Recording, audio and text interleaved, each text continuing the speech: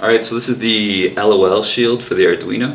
As you can see, there's over 100 LEDs here, so soldering them all together is a pretty labor-intensive process.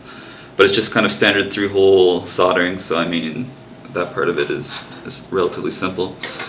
We also got a sort of standard issue Arduino board, and so I've soldered on all the header pins on my LOL Shield such that they line up with the pins, the input and output pins on the Arduino. And so you just slot this in together here. It's fairly simple if I can get it lined up.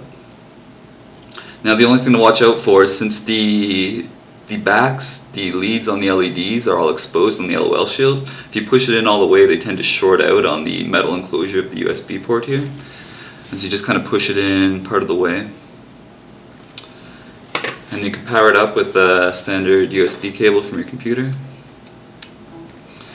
And so the Arduino, I should have mentioned, is a microcontroller, so essentially it's a miniature computer, and so I've already uploaded some code to it to control the LOL Shield. This is just one of the kind of demo sketches that comes with the LOL Shield library. And so you can see all the LEDs are working. You can vary their intensity. They get pretty bright when they're at full brightness. It might be hard to tell in the video here, but they're actually fading gradually brighter and more dimly. Now, of course, soldering this together is only half the fun. If we go to the PC here for a second and open up the Arduino IDE.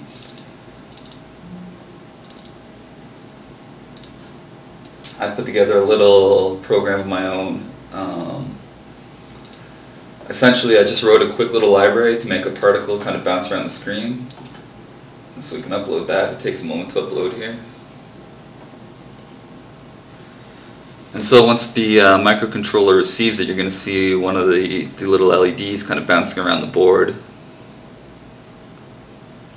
There you go. And so this one's kind of uninteresting, it's just kind of going to the corners and bouncing back. But because I wrote it as a library, I can arbitrarily increase the number of LEDs. So if I increase it to say 6, and upload that.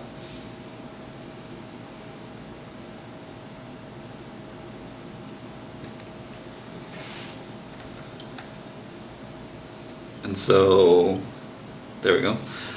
And so it might be hard to tell, things are moving pretty quickly, but I've made it so each time two of the particles collide, one of them kind of gets set back to the baseline brightness, and the other one slowly, kind of gradually increases its intensity. So you see a couple bright ones bouncing around now. They've kind of sapped their energy from the dimmer particles. And of course I wrote this as a library, like I mentioned, so you can arbitrarily increase the number of particles. We do 18. And so while we wait for this to upload, I mean, while I was doing this, I was kind of trying to create something reminiscent of Conway's Game of Life. And so I just wanted this kind of like little organic program with these little kind of dots crawling around the screen, and I think you kind of get that idea right here. So yeah, the LOL Shield, I mean, it's fairly low resolution, you can't control the brightness that well. I think there's only like 7 different steps. If you're into these kind of projects, I do some regular blog posts about the work I'm doing, including another post about putting this thing together. Yeah, so be sure to check out my blog, the link's on the screen. Thanks for watching.